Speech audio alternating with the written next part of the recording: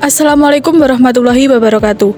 Halo semuanya, kami dari Prodi Ilmu Administrasi Negara Fakultas PSDKU Kampus 5 Magetan dari kelas 2025B. Saya Merliana Elgividiani dengan NIM 25112064005 dan rekan saya Erlina Putri Kawijayanti dengan NIM 25112064002. Saya Safila Umu Wahdanica dengan NIM 25112064016. Pandemi COVID-19 tidak hanya berpengaruh kepada gaya kita hidup, tetapi juga gaya kita bekerja. Salah satu pengaruh terbesar terjadi di pelayanan publik seperti birokrasi. Fenomena work from home dan kerja hybrid yang dulu terdengar asing, ini sudah menjadi sebuah hal yang sudah biasa terjadi dilakukan. Apa sih sebenarnya tujuan dari pembuatan video ini? Memahami landasan teori yang menjelaskan fenomena work from home dan kerja hybrid dalam konteks administrasi publik, menganalisis peluang, tantangan, serta dampak jangka panjang dari transformasi birokrasi menuju era digital, mendorong kesadaran bahwa ASN di masa depan harus adaptif, melek digital, dan siap bekerja dengan model fleksibel, mengidentifikasi praktik penerapan kerja fleksibel di birokrasi Indonesia pasca pandemi, mengaitkan transformasi birokrasi dengan tujuan pembangunan berkelanjutan dan konsep Green Office.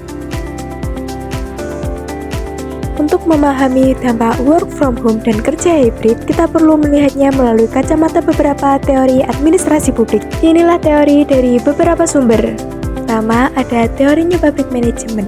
Teori ini menekankan pentingnya efisiensi dan hasil kerja, bukan hanya kehadiran fisik. Work from home mendukung prinsip ini karena aparatur sipil negara tetap dapat fokus pada pencapaian output sambil mengurangi biaya operasional. Kedua, Socio-Technical System Theory. Keberhasilan work from home bergantung pada interaksi antara teknologi dan manusia. Hal ini berarti diperlukan infrastruktur digital seperti Sekandi, e-office, atau Zoom, serta sumber daya manusia disiplin dan melek teknologi. Ketiga, ada teori motivasi Herzberg. Teori ini mengungkapkan bahwa work from home dapat meningkatkan keseimbangan antara kehidupan kerja dan pribadi. Namun, juga menimbulkan tantangan seperti keterbatasan komunikasi, isolasi sosial, dan kesulitan dalam pengawasan. Yang terakhir, birokrasi klasik menurut Max Weber. Jika dibandingkan dengan birokrasi klasik menurut Weber, work from home menjadi tantangan untuk meninggalkan pola lama yang kaku dan beralih ke birokrasi modern yang berbasis digital dan berorientasi pada kinerja. Contoh nyata di Indonesia kaitan teori dan praktik. Tugas-tugas administrasi yang membutuhkan dokumen fisik atau perangkat khusus di kantor jelas lebih efektif dilakukan secara work from office. Sebaliknya, pekerjaan yang sifatnya digital atau fleksibel seringkali lebih produktif jika dilakukan dari rumah. Sekaligus membantu pegawai menjaga keseimbangan hidup. Tentu saja, preferensi individu juga berperan. Ada pegawai yang justru merasa lebih produktif di lingkungan kantor.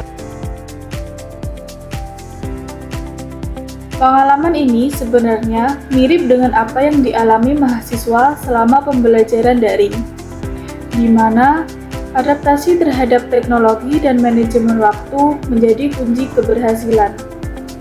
Intinya, penerapan di Indonesia menunjukkan bahwa untuk sukses model kerja fleksibel ini memerlukan perpaduan antara teknologi yang memadai, manajemen yang adaptif, dan pemahaman mendalam terhadap karakteristik setiap pekerjaan. Paradigma efisiensi telah bergeser. Kinerja tidak lagi diukur dari jam kehadiran fisik, melainkan dari hasil produktivitas yang telah dicapai. Keberhasilan sistem ini bertumpu pada 3 pilar, yaitu 1. Kesiapan infrastruktur digital, 2. Literasi digital ASN, dan 3. Manajemen kinerja berbasis output. Mari kita bedah ke sisi positif dan sisi negatifnya. Dampak positif atau bisa kita sebut dengan kelebihannya yaitu 1. Fleksibilitas dan efisiensi biaya. Pegawai bisa bekerja dari mana saja, mengurangi waktu dan biaya transportasi, anggaran kantor untuk listrik dan operasional harian yang juga menurun. 2. Meningkatkan produktivitas. Untuk tugas tertentu, bekerja dari rumah memungkinkan fokus yang lebih tinggi tanpa gangguan suasana kantor. 3. Akselerasi digitalisasi. Birokrasi dipaksa untuk lebih cepat menghadapi teknologi digital dalam pelayanannya. 4.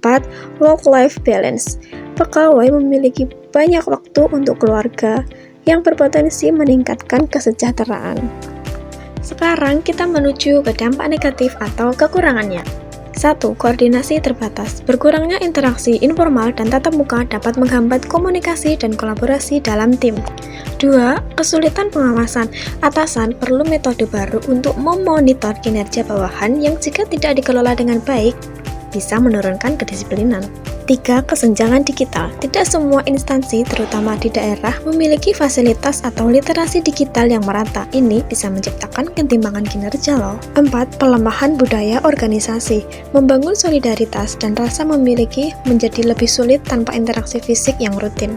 Yang terakhir, kesehatan mental. Rapat virtual yang berlebihan dan kaburnya batas antara ruang kerja dan rumah bisa memicu stres dan kelelahan mental. Transformasi ini tampaknya akan bersifat permanen. Banyak instansi pemerintah kemungkinan akan mempertahankan mode hybrid karena terbukti efisien.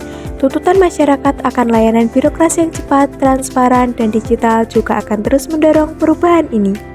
Lebih jauh lagi, model kerja ini mendukung tujuan pembangunan berkelanjutan SDGs dan konsep Green Office melalui pengurangan emisi karbon dan transformasi efisiensi energi. Kedepan, ASN akan dituntut untuk terus meningkatkan kompetensi digital dan kemampuan manajemen kerja jarak jauh.